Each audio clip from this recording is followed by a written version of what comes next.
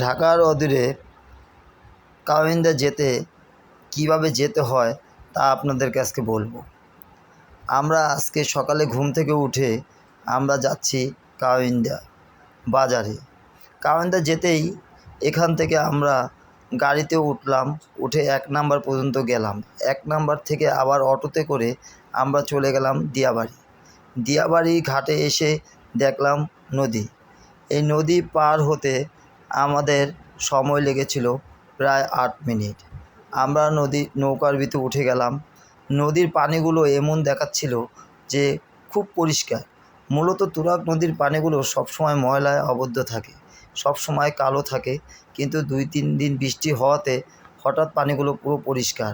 নদীর ভিতরে পানিও বেড়েছে। তার ভিতরে আমরা সবাই নৌকাতে।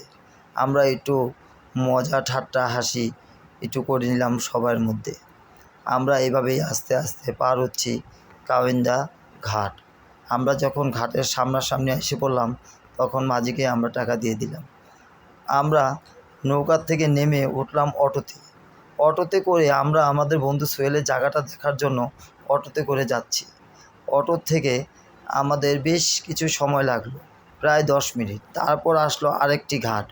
ওই ঘাট থেকে আমাদের যেতে হবে জায়গার সামনে।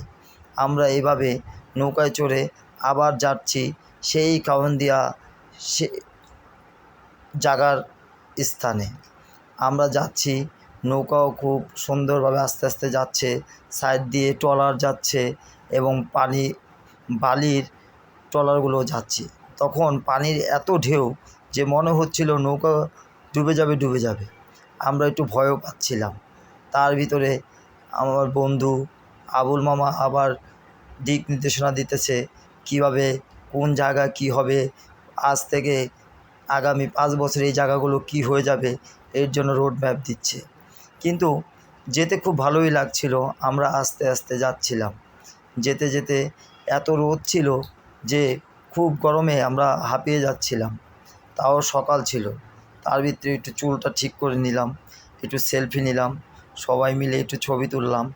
আস্তে আস্তে আমরা ঘাটের সামনে এসে জায়গায় পৌঁছে গেলাম। এখন জায়গায় এসে দেখি ধুধু মরুভূমি আর ঘাস। এই জায়গা নাকি আর আগামী 5 বছরে ডিওএইচএসের মতো হয়ে যাবে। তার জন্য আমরা সবাই পর্যবেক্ষণ করছি।